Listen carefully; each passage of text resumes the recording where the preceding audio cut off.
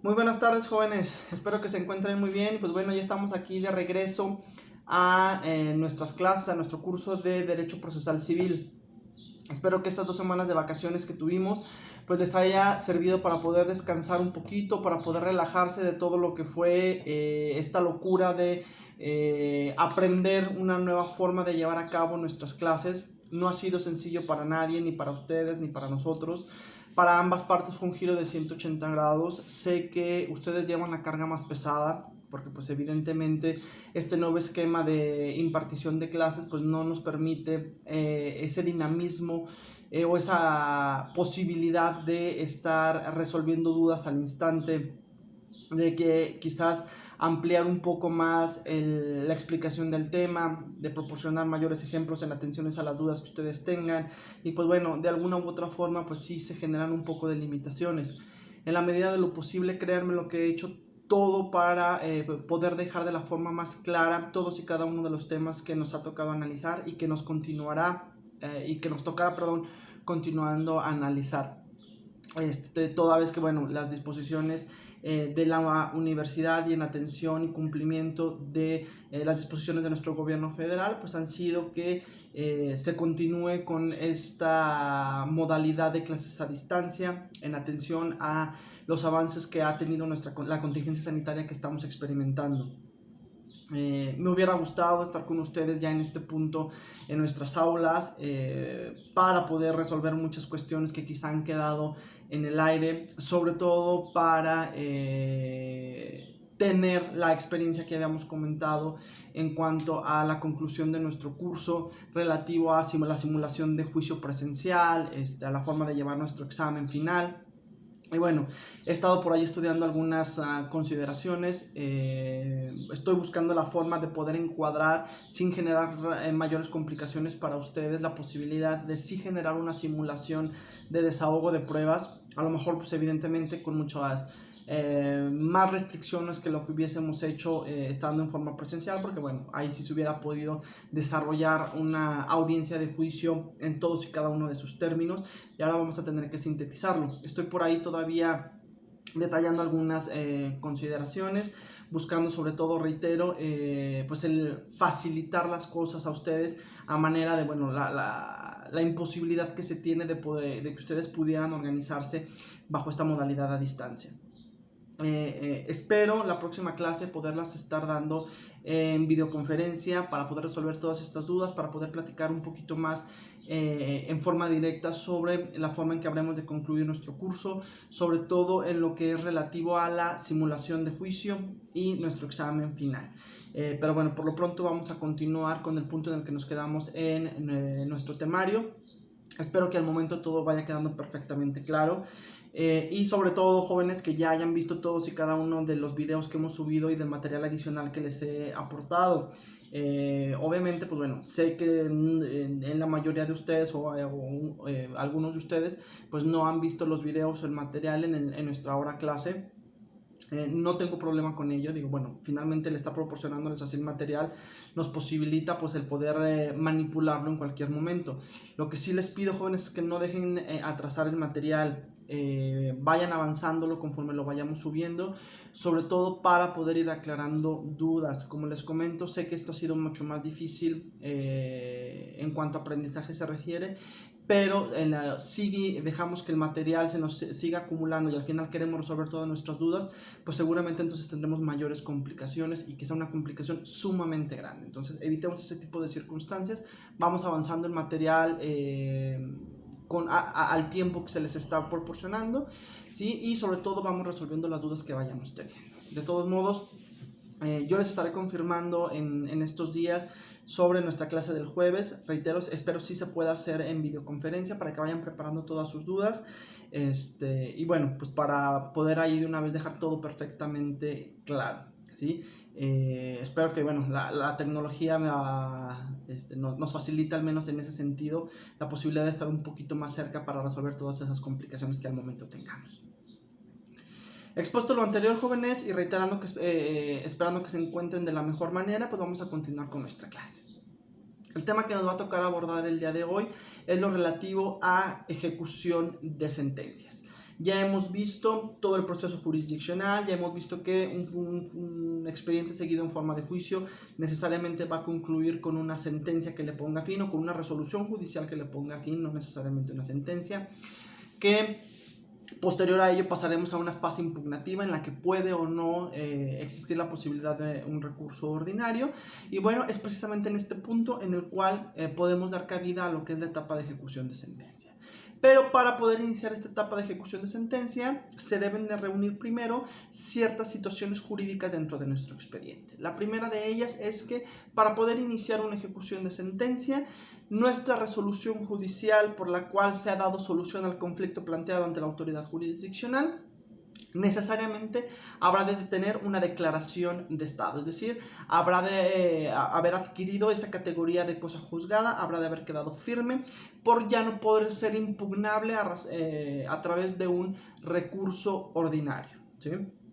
¿En qué circunstancias vamos a poder determinar que una resolución judicial, que una sentencia ha causado estado o ha adquirido esta categoría de cosa juzgada? Son diversos los supuestos.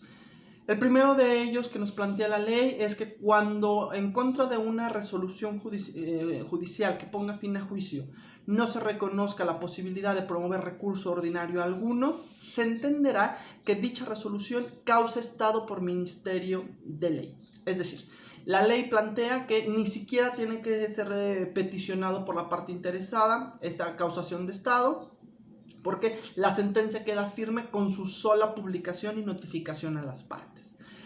¿Qué quiere decir esto? Que una resolución que tenga estas características puede iniciar un proceso de ejecución de sentencia una vez que se haya notificado la misma a las partes, ¿sí?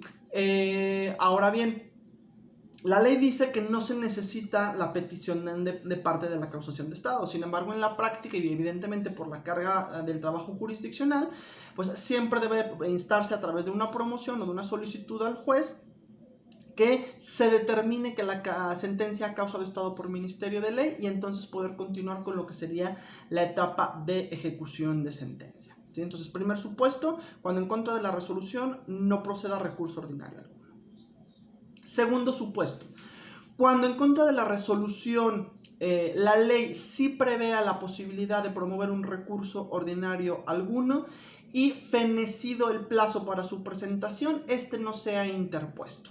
¿Qué quiere decir esto?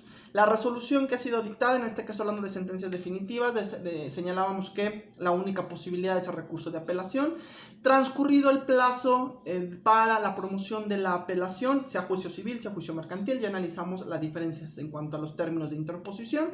Transcurrido el plazo, la sentencia causará estado por ministerio de ley, por el solo hecho de haber sido omisas las partes en promover recurso por el cual se buscara la modificación o revocación de dicha sentencia. Entonces, si se reconoce la posibilidad de promover un recurso y no se promueve dentro del término, en automático causa estado dicha resolución. La situación para que se determine dentro del expediente esa causación de estado o esa adquisición del carácter de cosa juzgada es exactamente la misma. Se establece una promoción al juzgador solicitando se haga esa declaración de causación de estado de la resolución y a partir de ahí se puede proceder a la ejecución de sentencia. Tercer supuesto. El tercer supuesto que nos plantea la ley para que se determine que una sentencia ha adquirido el carácter de cosa juzgada es que la resolución de que se trate se le reconozca la posibilidad de promoverle recurso ordinario alguno para modificarla o revocarla, se promueva dicho recurso y una vez que se resuelve el mismo, cualquiera que sea el resultado de ese recurso, automáticamente se determinará que dicha resolución ha causado estado. Es decir, si por sentencia de apelación se confirma la sentencia, se modifica la sentencia o se revoca la sentencia, con independencia del sentido de la resolución del recurso de apelación, entonces una vez que se dicte la misma o esta sentencia de segunda instancia, esta causará estado por ministerio de ley. Debemos entender que cuando se habla de que por sentencia de apelación hay una revocación de sentencia, en esa misma resolución se dicta la nueva resolución. Es decir, se revoca la sentencia originalmente dictada por el juez de primer grado y en la resolución de apelación se emite la nueva sentencia. Entonces, por eso es que se modifique, se confirme o se revoque mediante la emisión de una nueva, una vez que esta sentencia de apelación es publicada, en automático causa estado, es decir, causa estado por ministerio de ley. Ese es el término legal, causa estado por ministerio de ley. Y a partir de aquí, en cualquiera de estos tres supuestos o en cualquiera de la actualización de estos tres supuestos, tendremos que la sentencia queda firme y a partir de ahí se puede solicitar al juez el inicio de la ejecución de la sentencia. Ahora bien, el procedimiento de ejecución no va a iniciar propiamente con la ejecución propiamente dicha, valga la redundancia. Para iniciar un proceso de ejecución, el primer paso que se requiere es que la sentencia haya causado estado. Ya estudiamos y ya analizamos cómo es que esta sentencia va a causar estado. Una vez que se ha adquirido tal carácter, el segundo requisito o el segundo elemento que se debe de reunir dentro de un expediente judicial para poder iniciar su ejecución es que se proceda a requerir el cumplimiento voluntario de la sentencia. Es decir, ya causó estado la sentencia, entonces dentro de la misma solicitud de causación de estado se puede solicitar que toda vez que se ha adquirido tal carácter, se proceda a requerir a la parte perdidosa o la parte perdigosa para que proceda a dar cumplimiento voluntario a la resolución judicial que se ha emitido. ¿Por qué hablo de parte perdigosa y no de parte actora o de parte demandada? Porque debemos entender que dentro de un proceso jurisdiccional la resolución puede ser condenando o absolviendo a parte actora o a parte demandada en atención a los medios de prueba que hayan sido aportados para demostrar acciones y excepciones. Entonces aquí siempre vamos a hablar de parte ganadora y de parte perdigosa. No vamos a poder hablar en forma exclusiva de requerir a la parte demandada, o no vamos a poder hablar en forma exclusiva de requerir a la parte actora. Se debe de entender que se va a requerir a quien haya perdido. Hablábamos también, jóvenes, y debemos recordar que en las sentencias definitivas puede haber condenas simultáneas. Entonces, en este caso, causando estado la sentencia, se puede requerir a ambas partes por el cumplimiento voluntario de la parte de la resolución que a cada uno corresponde. El cumplimiento voluntario de las sentencias, jóvenes, va a ser en varios sentidos. Ustedes cuando analizaron su curso de obligaciones, ya estudiaron entonces que existen obligaciones de dar, que existen obligaciones de hacer y que existen obligaciones de no hacer.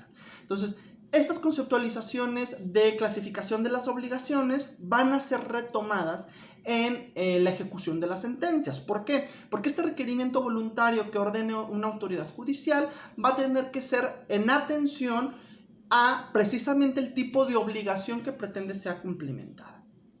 Si se habla de una obligación de no hacer, entonces se va a hacer el requerimiento voluntario para que se abstenga de ejecutar los actos que se le prohibieron por la sentencia definitiva.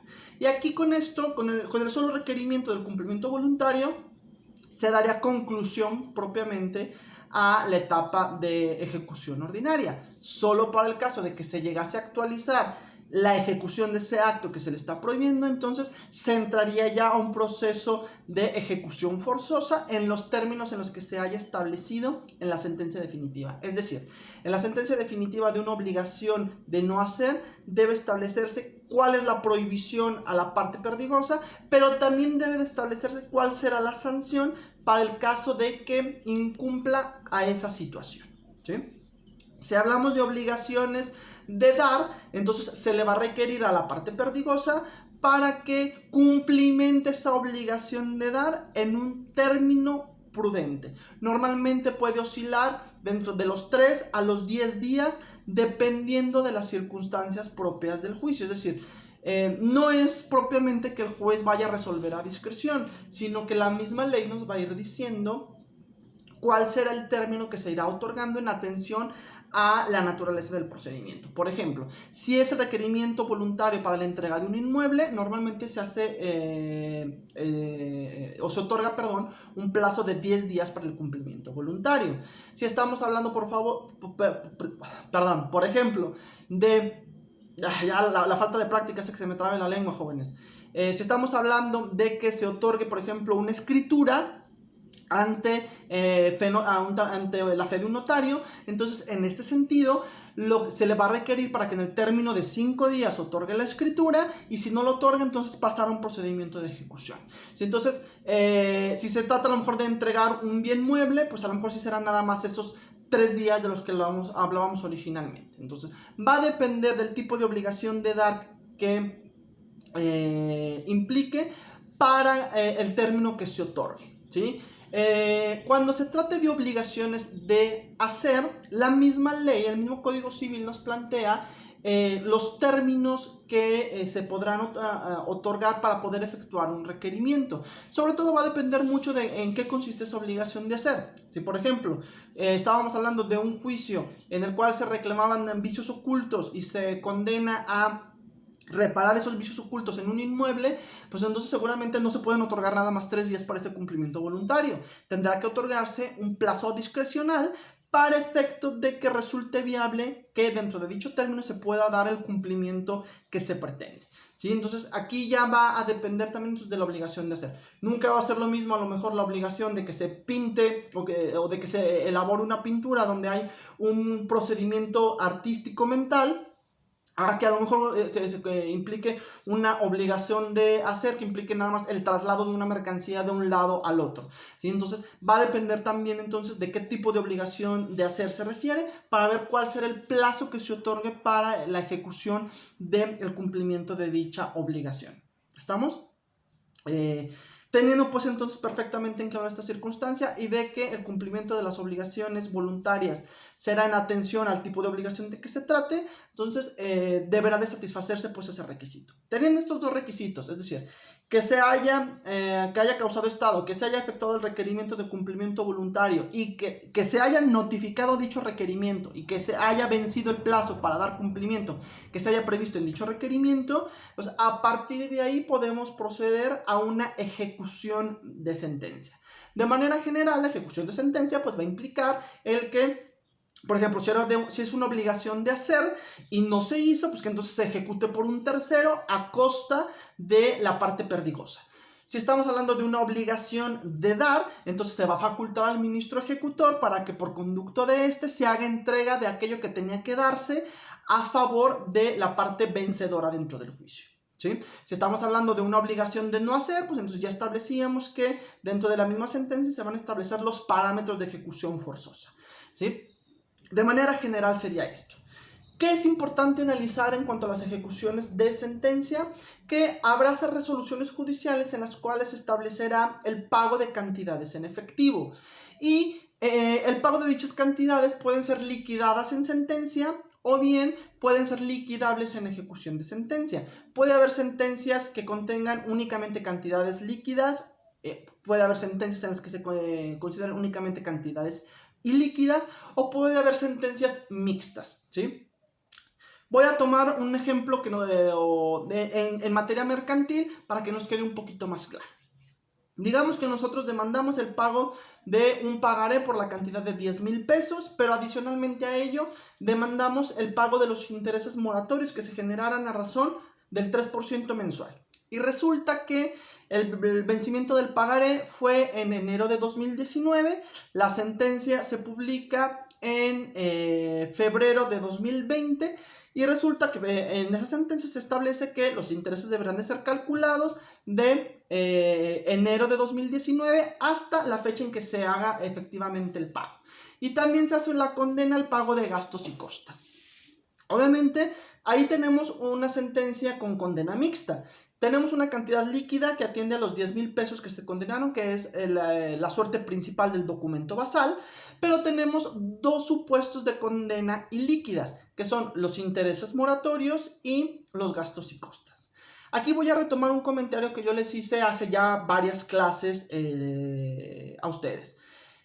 Cuando promovamos una demanda, jóvenes, jamás hay que establecer dentro de las prestaciones cantidad líquida de los intereses, porque siendo intereses, pues debemos entender que esta figura jurídica se continúa actualizando con el transcurso del tiempo. Entonces, si nosotros al momento de presentar nuestra demanda señalamos que reclamamos la cantidad de 10,000 pesos por concepto de suerte principal, 5,000 pesos por concepto de intereses a razón del 3% y gastos y costas, y resulta que estos 5,000 pesos únicamente consideraban 6 de los 14, 15, 20 meses que han pasado, desde el vencimiento, entonces el juez no podrá condenar a más pago que al que ya se reclamó expresamente por las partes, en cumplimiento, al principio de congruencia de las sentencias, ¿sí? Entonces, los intereses siempre hay que establecerse que hay que todos los que se han devengado y se continúen devengando a razón de la tasa pactada desde el vencimiento y hasta la fecha en que efectivamente sean cubiertos, los cuales serán liquidables en sentencia. Normalmente este es el sentido en el que se establece la prestación correspondiente, ¿sí? A manera de que al entrar en un proceso de ejecución podamos entonces cuantificar los intereses que efectivamente se han transcurrido. ¿Cómo vamos a poder pasar a un procedimiento de ejecución en estos supuestos o cuando tengamos este tipo de sentencias? Si ya se requirió cumplimiento voluntario, no nos cumplieron y resulta que pues, no sabemos la cantidad exacta a reclamar. Entonces, en este caso, jóvenes, tendremos que promover una planilla de liquidación. En la planilla de liquidación se van a establecer la relación lógica matemática con fundamentación legal, por la cual se va a establecer cuáles son las cantidades que se pretenden reclamar en ejecución de sentencia por concepto de intereses y por concepto de gastos y costas. Es decir, debemos de establecer cuáles son las operaciones matemáticas que nos llevaron a concluir la cantidad que pretendemos reclamar y obviamente siempre esto fundado en sentencia, por ejemplo, si es del 3%, porque es un interés convencional, o si estamos hablando de un interés legal, pues a lo mejor en el del artículo 362 del Código de Comercio, si estamos en materia mercantil. ¿Sí? Entonces, siempre reglamentando estas situaciones. Y obviamente, si hablamos de gastos y costas, pues siempre en el arancel de abogados. ¿Sí? Entonces, más que nada es una planilla de liquidación, jóvenes, es lo más sencillo, entre comillas, que pueda llegar a existir. Y digo entre comillas porque pues obviamente hablo de nada más esa relación lógica matemática.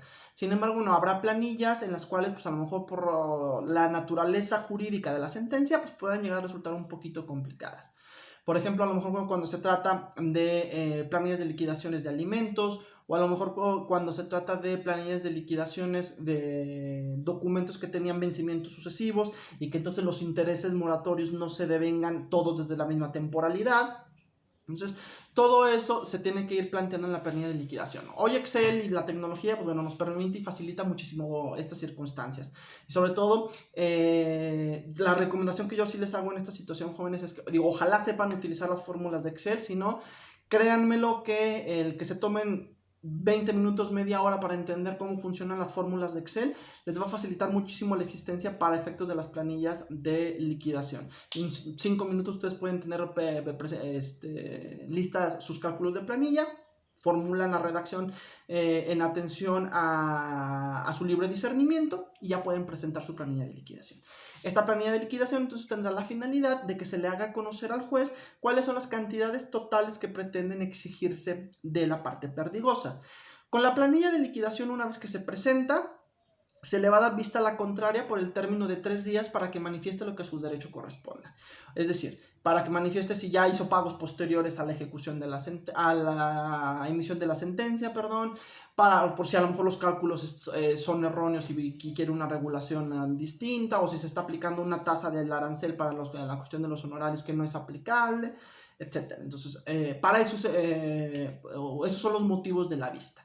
En materia civil desahogada la vista, se procederá a dictar la interlocutoria en la cual se resuelva cuál será la cantidad exigible.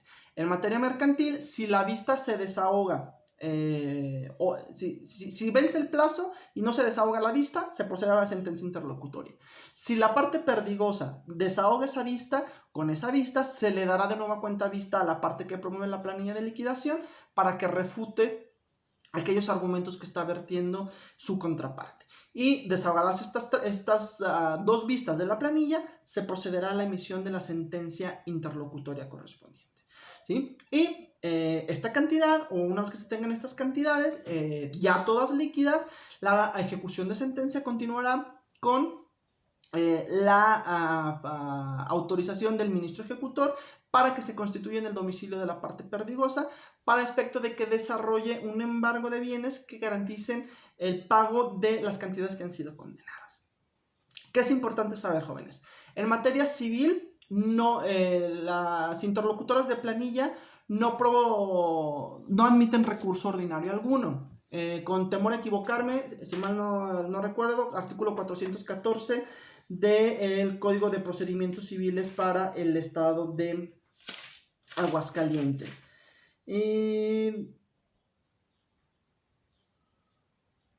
Efectivamente, artículo 414 dice: si la sentencia no contiene cantidad líquida, la parte a cuyo favor se pronunció al promover la ejecución presentará su liquidación, de la cual se le dará vista por 3 días a la demandada. Si esta nada expone dentro del término fijado, se decretará la ejecución por la cantidad que importe la liquidación. Mas si manifestar inconformidad, se dará vista de las razones que alegue la promovente por 3 días y de lo que se replique por otros 3 al deudor. Dentro de igual término, el juez fallará lo que estime justo, sin que contra su resolución proceda recurso alguno. Entonces, este artículo 414 del Código de Procedimientos Civiles vigente en el Estado nos plantea cuál es la finalidad de la planilla. Es decir, un artículo nos resume todo. ¿Cuál es la finalidad de la planilla? Cómo se va a tramitar la planilla dentro del expediente, y nos establece también que en contra de dicha resolución no procede recurso ordinario alguno. Lo que va a implicar, pues, que emitida la sentencia de planilla de liquidación, se pueda solicitar causa estado por Ministerio de Ley, se requiere el cumplimiento voluntario de dicha planilla de liquidación, de dicha sentencia interlocutoria, y en caso de que la incumpla, se proceda a facultar al ministro ejecutor para que se trabe formal embargo de bienes. ¿Sí? Esa es básicamente en lo que consiste la etapa de ejecución. En materia mercantil es exactamente igual la circunstancia, ¿sí? La única diferencia, ya lo hemos venido analizando, jóvenes, es la cuestión relativa a el secuestro de bienes, ¿sí? Que en materia civil y en materia mercantil son considerados en forma distinta. Pero básicamente esa es la finalidad. Y ojo, siempre que en ejecución de sentencia haya una interlocutoria por la cual se resuelvan ciertas circunstancias, en esta interlocutoria, tal y como se los comenté hace unos momentos, de igual forma se tendrá que solicitar causa estado, requerir cumplimiento voluntario, y en caso de que no lo haga, entonces ya proceder ahora sí a la ejecución forzosa. Al hablar de un procedimiento de ejecución, pues obviamente una vez que se hace embargo de bienes para garantizar las prestaciones que han sido condenadas, pues se podrá proceder, o la intención de generar este embargo de bienes es de que se pueda proceder a un remate judicial de bienes embargados, para efecto de que con el producto de la venta judicial se haga el pago a favor de la parte vencedora. En caso de remate judicial, la parte perdigosa podrá liberar los bienes embargados hasta el momento previo a la celebración de la audiencia de remate, o hasta antes de que sea afincado el remate, ¿sí? Es decir, hasta este momento podrá efectuar el pago de todo lo adeudado, y obviamente únicamente quedarán libres los bienes en caso de que se liquide suerte principal y anexidades legales. Si no efectúa el pago de las prestaciones condenadas, entonces se procederá al remate. Es importante considerar que todos los bienes que se adjudiquen por remate, que sean sujetos a moneda pública, entrarán a remate por 2/3 partes del valor avalúo, ¿sí? O sea, ni siquiera del valor comercial, ¿sí? Una vez que se hace este embargo de bienes, se requerirá a las partes para que efectúen, o para que cada quien designe a su perito evaluador para el efecto de la determinación del valor de los bienes embargados, ¿sí? Si solo uno de ellos hace la designación de perito, se tendrá como valor el que determine dicho perito. Si ambas partes designan a su perito y resultan dispares sus dictámenes, lo cual normalmente ocurre, se designará un perito tercero en discordia, y en atención a los 3 dictámenes, el juez va a dictaminar cuál va a ser el valor sobre el cual se va a considerar como valor avalúo, y a partir de ahí va a ser la determinación de las 2/3 partes de ese valor avalúo, y con base en esa cantidad entrará a remate judicial los bienes embargados, ¿sí? Si se quiere evitar el remate judicial, una vez que se efectúa el avalúo de bienes, y si dicho avalúo resulta inferior a el adeudo total que exista ya reconocido, se podrá solicitar una adjudicación directa a favor de la parte vencedora, ¿sí?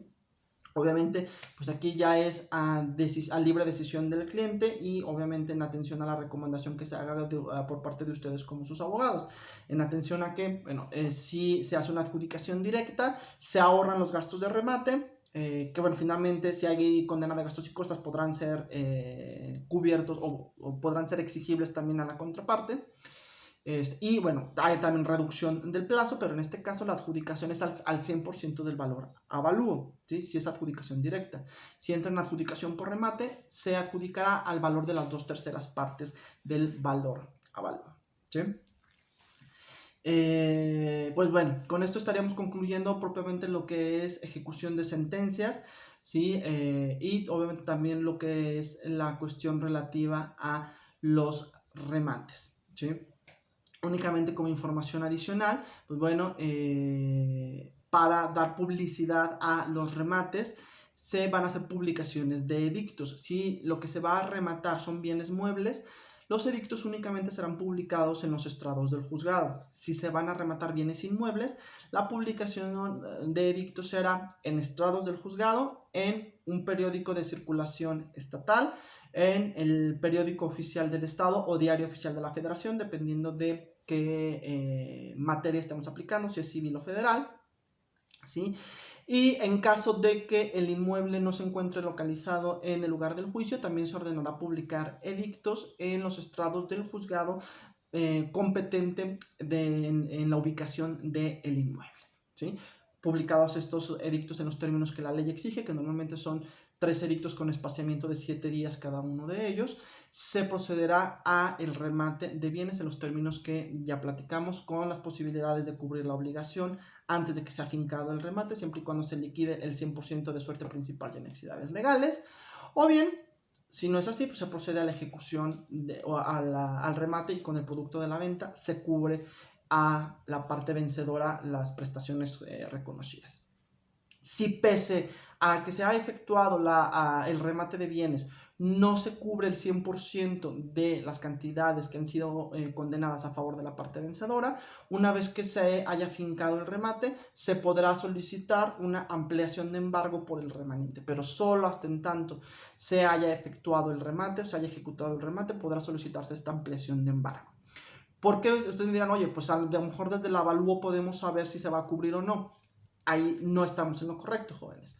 ¿Por qué? Porque ustedes saben que al entrar a un remate puede haber pujas y estas pujas pueden ir incrementando el valor. Es decir, pese a que se inicie como postura legal con las 2/3 partes del valor avalúo, pues bueno, este puede ir aumentando inclusive por encima del valor avalúo. Obviamente, pues dependiendo del bien de que se trate, pues seguramente podrán verse la viabilidad de estas pujas, ¿sí? Por eso es que no se puede solicitar una ampliación de remate aun y cuando se tenga avalúo, sino hasta en tanto que el remate haya sido fincado, porque va a ser hasta ese momento en el cual se sepa cuál será el producto de la venta y cuál será la cantidad efectivamente pagada a la contraparte, ¿sí? Caso contrario, si el producto de la venta es superior a las cantidades que tienen que cubrirse a favor de la parte vencedora, se va a cubrir el 100% de la obligación a la parte vencedora y el remanente se pondrá a disposición de la parte perdigosa para que pueda recuperarlo y disponer de él, ¿sí? Entonces, bueno, ahora sí, jóvenes, con esto estaríamos concluyendo propiamente nuestra clase de hoy y también lo que es lo relativo a ejecución de sentencias, ¿sí?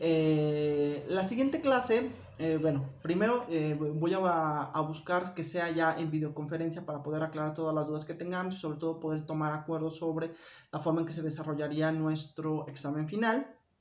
Y seguramente dependiendo del tiempo que esto nos lleve, vamos a comenzar a ver lo que son procedimientos especiales. Entonces voy a intentar subirles la información de procedimientos especiales con anterioridad, porque a manera de digerírselos un poquito más, ya les desarrollé una tablita donde les pongo cuáles son todos los procedimientos especiales reconocidos por la ley y cuáles son las particularidades que los hacen especiales, ¿sí? A manera también de sintetizarles toda esa información y pues no atiborrarlos con tanta información, en la medida de que, bueno, pues como les he comentado, lamentablemente esta forma de impartición de clases a distancia pues no nos da la posibilidad de ir resolviendo todas las dudas al momento.